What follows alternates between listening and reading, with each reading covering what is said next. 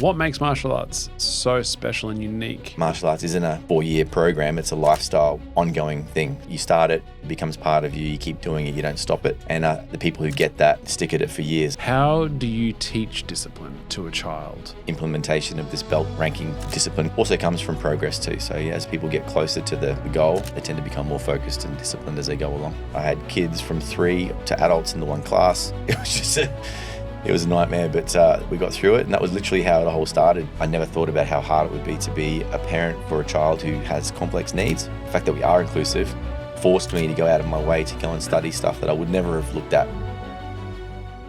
Today we sit down with Ryan Canavan, a martial arts mentor who's helped thousands of young people, especially those facing behavioural and neurodiverse challenges, find focus, discipline and confidence through the long game of martial arts. From teaching at 16 to building a nationwide network of schools, Ryan's journey is packed with grit, passion, and a deep belief in second chances. This isn't just about kicks and belts. It's about how showing up week after week can change lives. Get ready to be inspired. Ryan, thank you so much. Thanks for having me. For coming onto the show. One of our previous guests, Mel Cayley, highly recommended for us to reach out. So thank you for your time. Yep. Thanks for having me. He's a good bloke, Mel. So thanks to him as well for inviting me today. What's been the most memorable transformation you've seen from a kid going through your program? So for the program, I mean, this was my 15th year with MF, but I started teaching pretty young. So it was probably, I started teaching at 15 in my first school. So I think biggest transformation I would have seen back then were some of my teen students back in the day. Obviously being a teenager myself, trying to have a positive kind of an adult influence over people not much younger than me was a tough thing, but to be able to see how that worked and then kind of changed the way that some of those younger students saw life and discipline and motivation was quite huge. So that's a long way to remember back. But with the MF program, considering it is so specially designed for special behaviour changes, life skills changes, that kind of stuff, it's probably the fact that I've had students with complex behaviours, ASD, Asperger's. I had one of the students had all three: Asperger's, ASD, ADHD. Wasn't accepted in any other sport or school. We're very inclusive with MF, so we accepted him in, and I needed some social worker support and some parent support. But we managed to take that student. I think he was age about 9 at the time. I went to a school in Mooloolaba where a child took a knife to school. I was invited in there to do some behavioural work. This boy came along and basically from 8, and I had him all the way through to 18. Got him his black belt, which is unheard of with children, neurodiverse children especially, I guess. So that was a huge thing because, I mean, you've got martial arts, which is, people think it's fighting in combat, which it is partly. However, there's so much more to it in relation to life skill development and mentoring, that if you know how to apply those types of skills that are not really fighting related but more mentoring related, you can take someone who didn't have a chance really, but still give them the same opportunity that other kids have had, and to watch them go from, say, kicked out of school just about to earning a black belt, just, and still training at 18 years old is just an amazing feat. From the outside, it'd almost be seen that you're encouraging fighting behavior or I guess behavior that's not congruent to societal norms.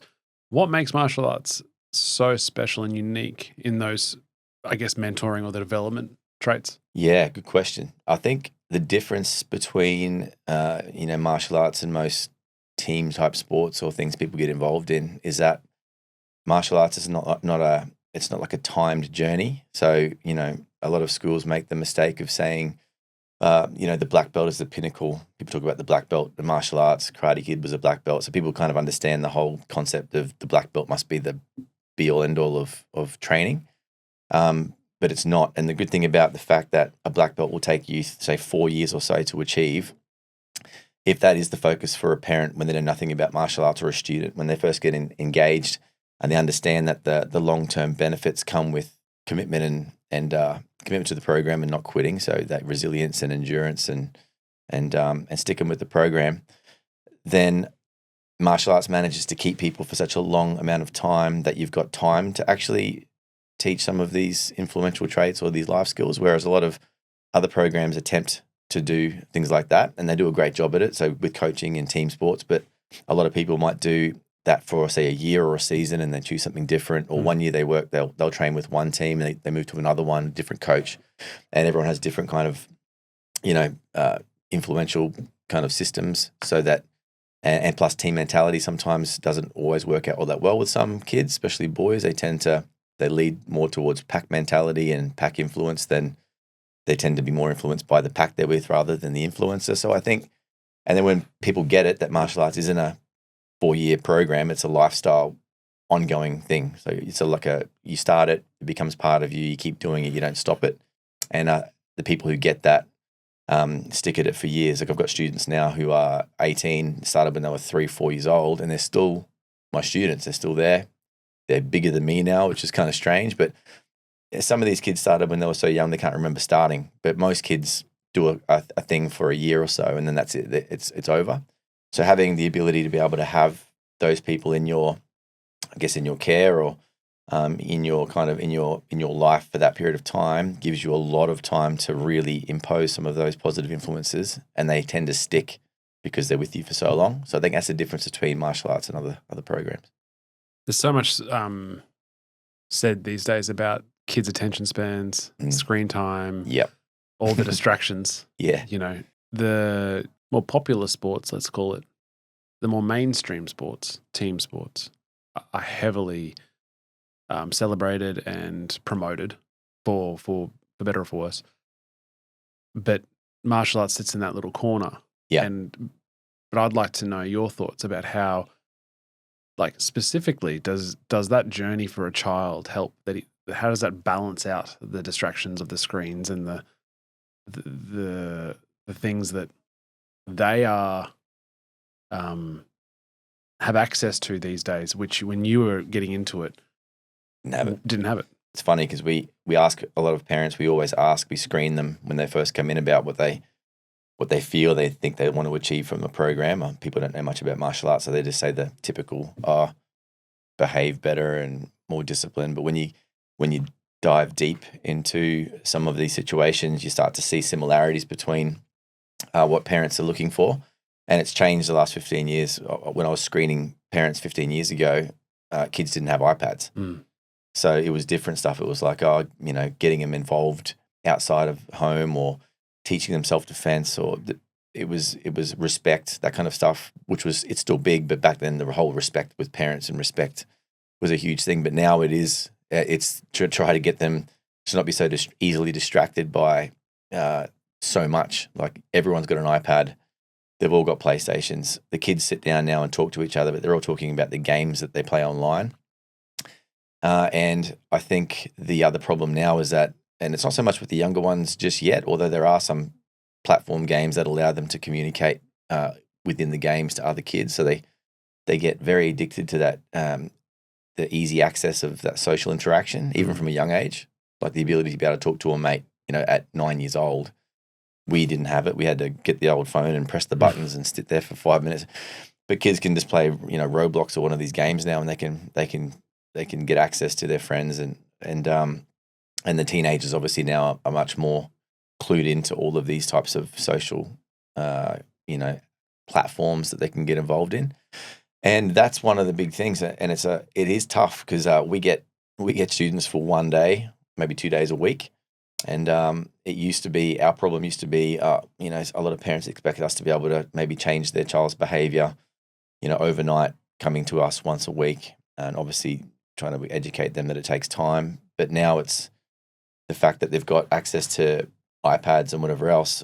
We struggle now sometimes in class to keep them focused because they're just so, easily distracted by so many things. Yeah, right. It's just so it's just constantly trying to keep them focused and really trying to make the classes more engaging, and constantly having to, like we call it, reframe what's coming up so that they stay focused on the next thing. It's like this, it's in your face for 5 seconds and then it's gone. You're looking for the next big thing. I think adults are probably the same now with their social media, flicking through Facebook and you don't even know you're You've doing almost it. got to. You've almost got to become a clickbait, a Yeah. live clickbait, Live clickbait. You pretty much in real life clickbait. Yeah, that's it. For the students. Yeah, for the students. Yeah, and that's to keep how them to keep their attention. And it's cool because we're always evolving and we have to. But it's just funny how we've had to change the way that we teach our instructors now to help engage with children and keep them focused, because there's more and more children that are less focused and less willing to, say, sit still or stand still and pay attention than they used to be. So it is becoming more of a,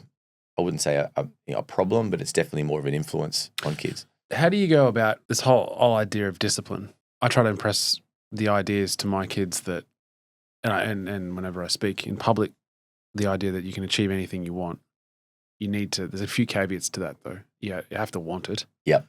And that requires a team. Yep. But a huge component is just showing up every day. Yeah. Being disciplined to the art, and then finding value in that journey. How do you teach discipline to a child when they may not have that experience or they have not embraced that? One of the, I guess, bread and butter ways that a martial arts school will do that is implementation of this belt ranking reward. You want to call it reward system, I guess, but it's like the ranking system. You start up, you get a suit. There's other kids there with suits on. They look different. They've got different colored belts. There's some hierarchy, and they get used to the fact that, okay, well, within the hierarchy, there's reward. There's more cool stuff to learn. There's this light at the end of the tunnel.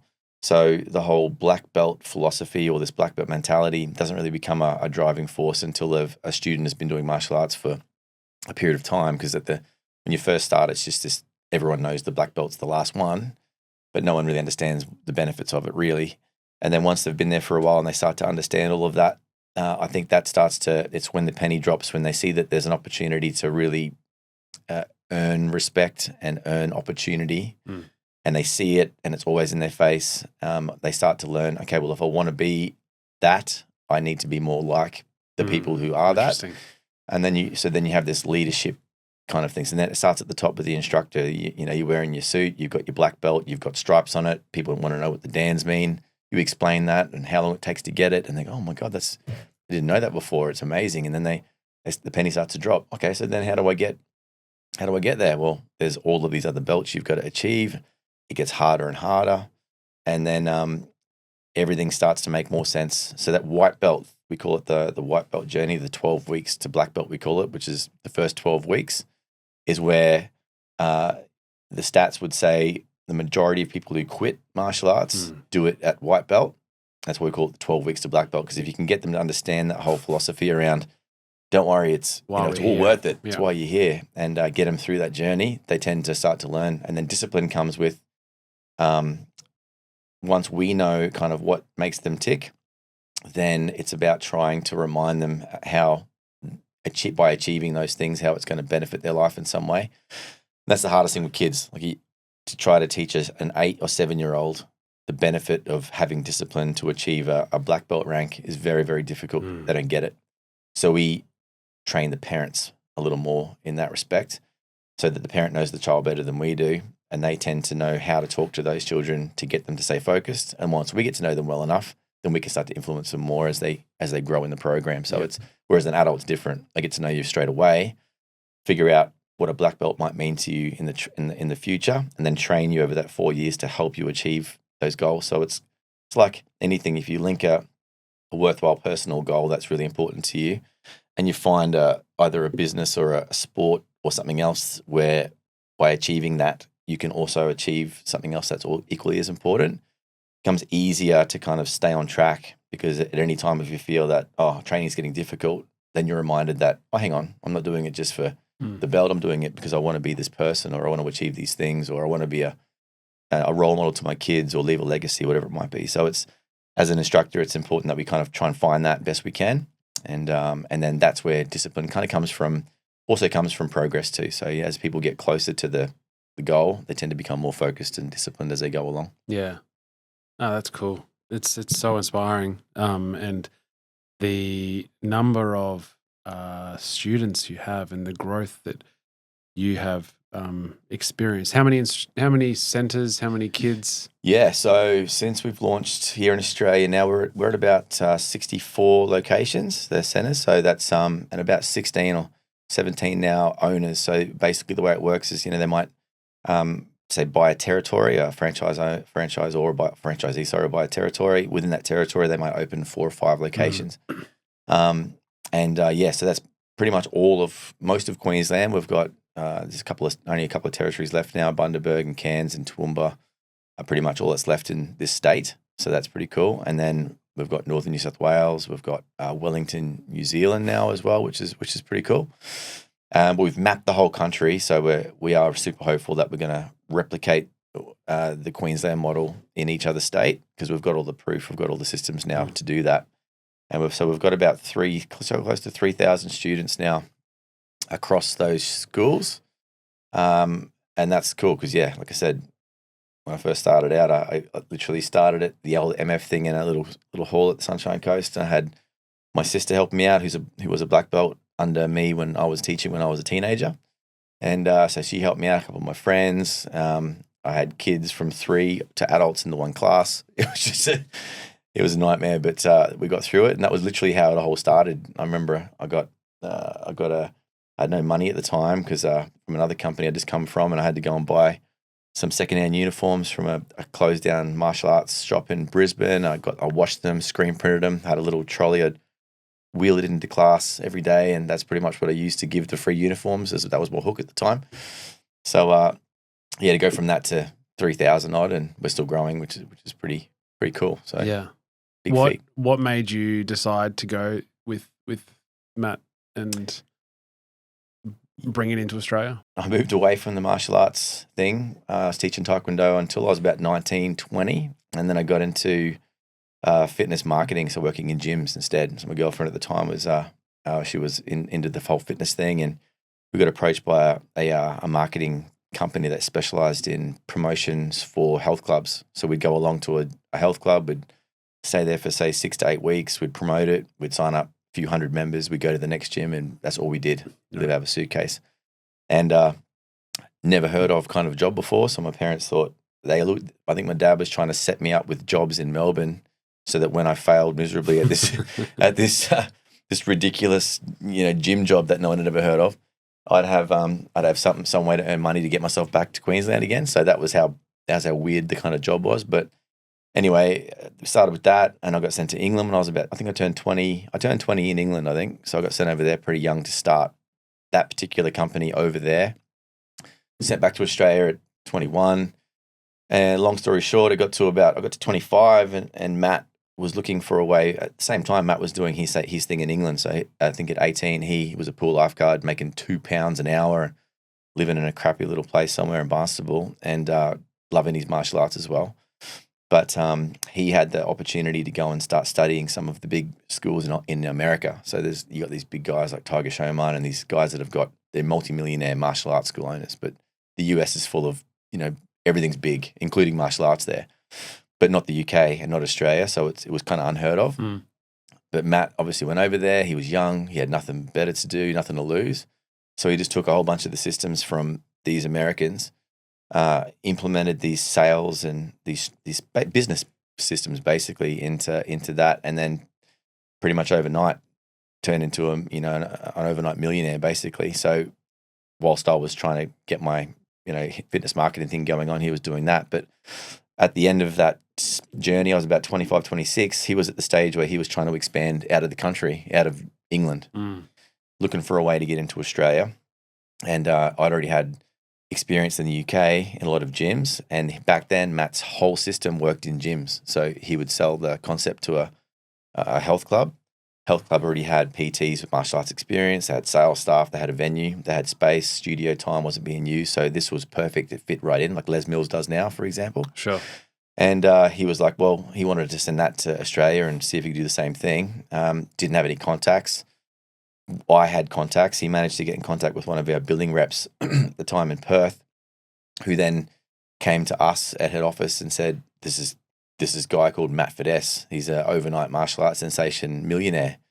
And I'm like, never heard of the guy. Because obviously being in the UK, and this is back before Facebook and whenever it was huge. So to Google him was even hard to do, you know. So, but I had martial arts experience. So the CEO at the time said, "Why don't you fly over there and meet him and see what it's all about?" So flew over there, super skeptical, as you would be if you're a traditionalist, because you don't make. Well, I made $2.50 a class out of my martial arts, and drove a crappy car and went and got a real job. That was the martial arts way. That was the martial arts way. It still is for a lot of people.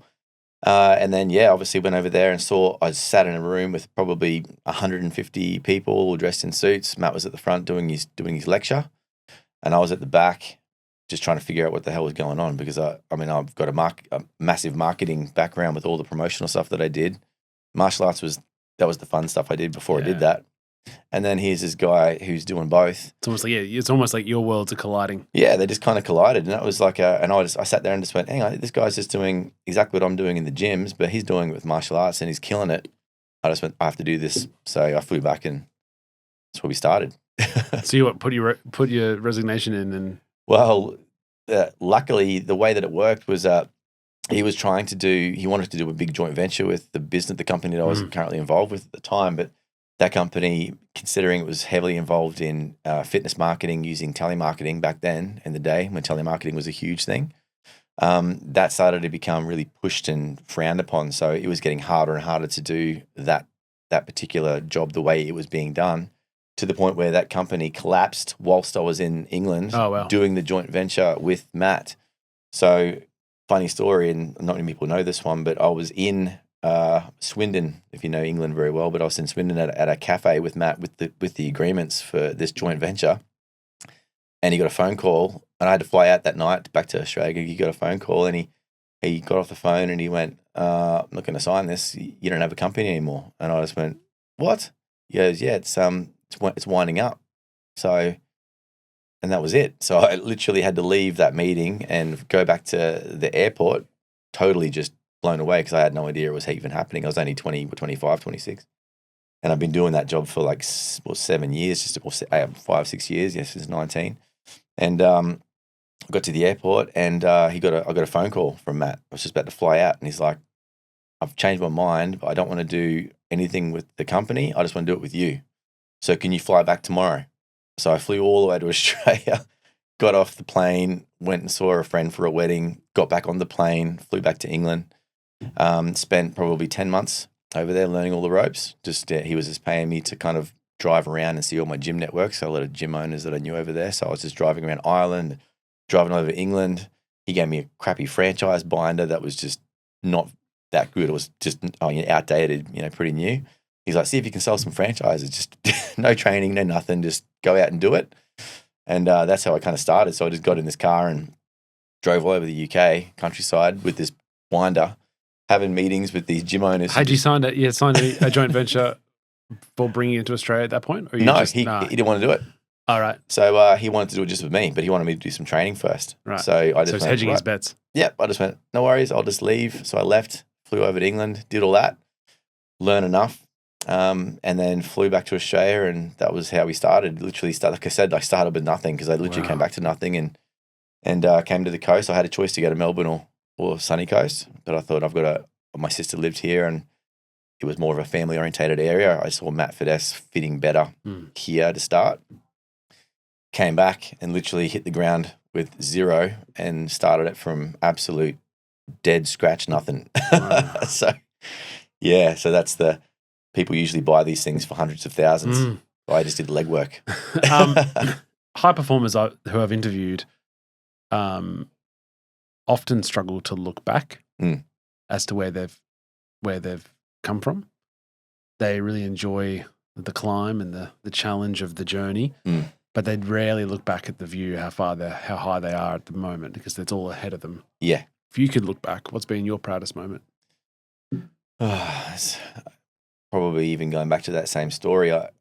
When I talk to, and I don't tell the story all that often anymore, because you just don't, like you said before, you're always focused on what's ahead and how to grow further. So you don't talk much about how you got there really, but when I think about it, it's like the fact that I was totally uneducated with there was no guarantee of anything, and knowing in the back of my mind that even if I did get the opportunity to bring this back to the country, I had no one to launch it with, no money to launch it with, nothing. I don't think all the people that I've met, I'm pretty optimistic with, thinking that everyone's got the same potential to achieve certain things. But as you get older, you start to realize that not everybody just thinks like that. And I don't know. I'm not sure if I know anyone who wouldn't have probably kicked it in or not even gone, considering the consequence and, you know, the fact that it was just such a unrealistic, It was so unlikely. long-term plan, like how the hell was going to do this. Like I just didn't think it was going to work, but I was just so focused on, I knew I could do it because like I saw my thing I was passionate about since I was a kid, and I was good at it. And I saw how he was doing it, which I was also good at. I just knew I could do it. So it was just one of those things. I thought if I just stick here long enough, perfect person, perfect time. If I just stay long enough and I just don't leave and I don't complain and I just learn and try, he will just go, right, you're the dude. You go back and you launch it. Yeah, but that is every that's every characteristic and quality that has been instilled in you as a martial art athlete. Exactly. To endure, for discipline, for focus. Yeah.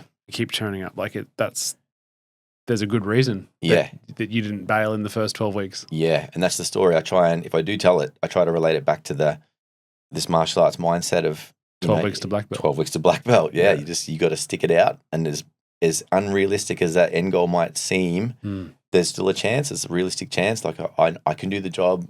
I understand it. I can do the stuff. I can do the sport. I can see it all. As long as I can prove that and stick with it, I'll get it. And that's exactly how I got it. So when I came back and people hear that story and go, what? That doesn't make any sense. Like that's not how businesses start. Well, yeah, that's they do sometimes.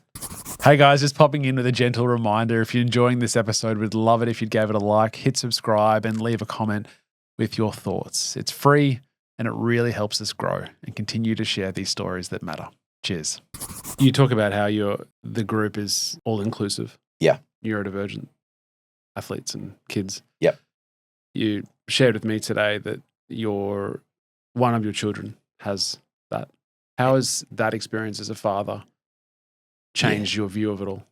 Yeah, that's another really good question. And I do like talking about this a little because it's I didn't understand, well, not a lot of people understand neurodiversity, ASD and ADHD.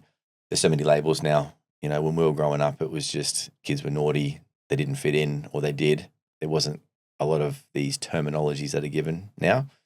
And when I first started teaching, I was, again, late 20s, no kids, and didn't work with kids either. So I didn't have any access to, or didn't have any friends who had kids. And so you just don't see these types of neurodiverse children when you don't have kids around you. And when you're only like a big kid yourself, you don't see it.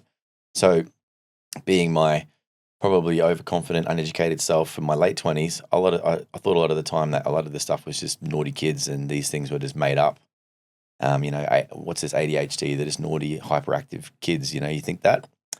But then I started having children come along who had, autism and I didn't understand that, so I had to go and study it. So, the way I learned how to teach 3-year-olds is watching ABC2 for every day.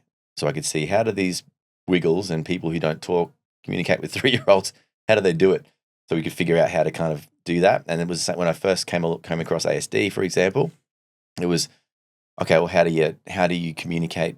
How can I communicate this product or this program with a child who's neurodiverse, who doesn't see the world the same way? And all of our kids shout a creed, but these kids, the shouting triggers their behavior sometimes. So how are we going to deal with that? We're going to put him in earmuffs, and how we're going to deal with that, because the other kids are going to see him with earmuffs and it's going to cause problems. So it was a really huge learning curve. And then I had Boston, my little boy, he's 8 years old now, and he's ASD and ADHD. He's got complex behaviors as well. So I've had a lot of children that I've trained even before having Boston, who I'd had the opportunity to, work with, who had very similar diagnosis. So having Boston, it was just like when he got diagnosed, it was straight away. I was like, well, it's happening to me now as well as a parent. I never thought about how hard it would be to be a parent for a child who has complex needs. But once you then start parenting, like I'm parenting Boston, and you start to see what happens at home, and you start to see how challenging that can be, you can see how a lot of these parents are looking and just always looking for, opportunities for these kids to be able to be included, because so many things you just can't put them in big groups. You can't put them in certain environments. It all depends on their challenges. But having the experience working with them has helped me a lot with Boss, because it forced me back then to study all of this. So when I had the child, I was kind of already partially trained in all of these types of, behaviors and how things can kind of be different than other children. So it was kind of like a blessing in disguise. The fact that we are inclusive forced me to go out of my way to go and study stuff that I would never have looked at. I'd be like every other parent. If you have a child who's neurodiverse, you've got to start studying then and kind of grow with the child and learn as you go. Whereas I was already, knee deep in all of that study, because I had to for the kids that I had in my classes. And a lot of our franchise owners who have neurodiverse children have had to go through the same kind of journey. And but it's great. Like, it's positive at the end of the day if you can find a way to get, like, we believe in our program. So if we can find a way to be able to facilitate that program for everyone, it means that everyone gets a crack at, the black belt lifestyle. And if we can help kids achieve that, then, it's a good thing. So You're a weapon. it's, The ability to treat or to parent or to mentor your students with those needs, but at the same time, at a level they need, let's say, but at the same time, give the appropriate level of care, attention, and love to your other two kids who don't have those needs, or your other students who don't have those needs. How hard is that? Yeah, it's difficult. So I mean, I don't have, my daughter has done martial arts since she was born. Basically, she was crawling under the mats at 1.5, so she was on there the whole time. My little boy Jago, he's 3, so he starts next year. But Boss, I've kept him out of the program completely, only because of the fact that he's triggered quite heavily by larger groups of other kids. So I just know that the environment kind of just makes it really hard for him. So in relation to that, I keep the dojo life and my dojo life and my home life completely separate for him, and it works a lot better, because that way at home everything's the same. He knows what I do, and obviously my daughter does it with me, and my little boy will do it with me as well. But I think it's just easier that I keep it that way, because I think by trying to push him, like I push the other two into it's fine, but trying to push him into something that I know is just going to make it's going to be difficult for him. However, so what I'll probably do is I'll wait till I feel it's good timing, and I'll start doing as much as I can training wise with him at home. So that's how I kind of deal with that. So it's not that I've got to, separate the way that I parent, but yeah, it's one of those things that I've kind of kept away, just because of the fact that he's, the complex behaviors make the whole martial arts side of things a little bit too hard to teach. The business going forward then is to, as you said, to implement the Queensland growth and infiltration to other states of the country and to New Zealand. Yeah. What's your why? Look, I had this, like I said, when I was growing up, I just 1,000% wanted to be, big time martial arts rock star / both, if I could. And when I met, that was the big picture when I first met Matt, and I saw that opportunity to be able to do martial arts and do it as a job. I thought, I wonder how many people we could influence, or I could influence through martial arts. How big could we get? Knowing how big Matt's got in the UK, I mean, they've got 50,000 plus students. That's a lot of people who know and who understand martial arts. They're currently doing it, and I think that's such an awesome thing that many kids are getting, all not just kids but adults as well, have the opportunity to train. So I know I've got the opportunity to do the same thing here. It's just a matter of, it's the how. So the why is because I know personally through my journey and what martial arts has done for me, that if a child or even an adult does martial arts and they stick with it, that their chance of success, in no matter what they decide to do, whether it's business or other sports or even relationships, just sticking with things and not getting distracted by the next big thing or the next big shiny thing, if they just can stay focused, then they can really achieve some great outcomes for their life. And I know that.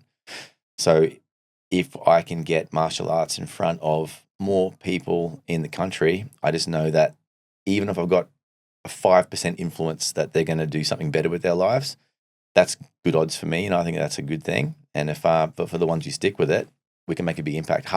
All of my instructors, 95% of our current franchise owners and instructor group have all come through the internal mechanism. So they're all just, where, a dad like you sitting on the sideline with your young ones, listening to me do a life skills chat on the importance of gratitude, for example, and sitting there going, what? That's got nothing to do with martial arts. Well, it does. And then you're like, I love that. So then you listen more. And the next week you hear me talking about self-respect or whatever it might be. And as a parent, you love that message.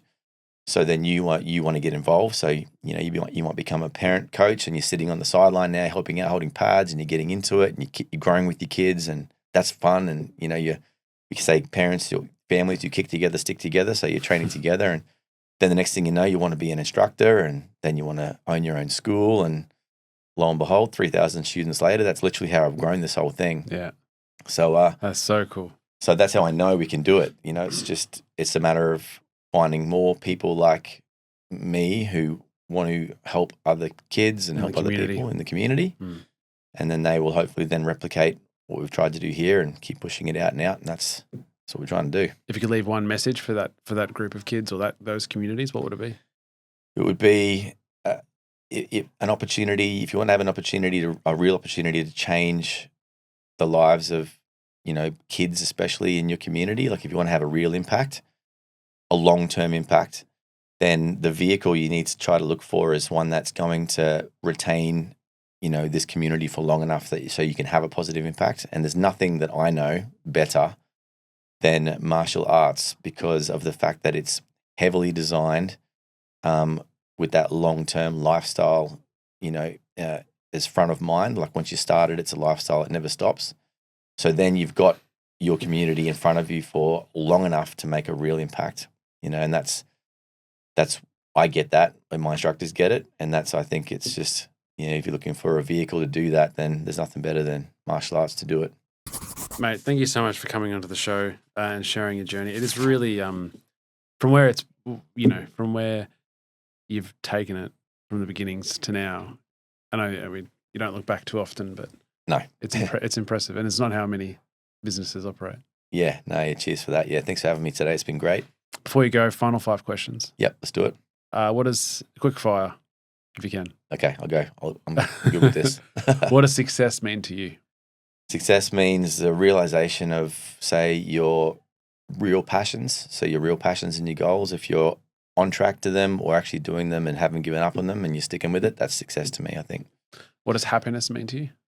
Happiness is being comfortable with where you're at. So not thinking about the things that you don't have, but more focused on the things that you do. So I guess gratefulness and happiness go hand in hand. What's your normal morning routine look like? I'm up at either 4 or 5. I've got a heavy, hard training routine at Revel, which is a local fitness studio. And I do that first because it pumps me for the day. And then straight after that, I'm back home for the kids' school prep and then straight into work from there. What's usually for breakfast? That's an extra one. Protein most of the time. Yeah. So it's eggs and like a meat patty, or eggs and avocado, or a protein shake, but it's usually some kind of protein meal. Yeah. Yeah. A life lesson that you'd tell yourself at 16? I would say try not to make important decisions when you're not mentally strong. Like, for example, don't get up super early in the morning when you're super tired and try to make an important decision for the day. Don't drink alcohol and try and decide what your life decisions will be the next day, that kind of stuff. So I think that's if everyone knew that, they'd probably make a lot more better decisions. Yeah, they do. And then finally, a guest that you would recommend to come on the show. A guest that I would recommend. I've got a friend of mine, Nicholas Flanagan, who owns probably one of the biggest, if not the biggest, allied health businesses for veterans in the country. He'd be a cool person to speak to. I've been part of his journey since the beginning, so I saw where he started it, and now it's a humongous thing that he's got going on. So you'd want to have a chat to him. It'd be a good story, I'm sure. Sounds great. Ryan Canavan, thank you so much for coming on the show. Thanks for having me. That was another episode of the Success Times Happiness podcast. Next time you're faced with a challenge, think about the power of simply showing up again and again. A huge thanks to Ryan for coming on to the show. If you enjoyed this episode, don't forget to like, comment, and rate the podcast. Your support helps us reach more listeners and keep the conversation going. Until next time. Peace.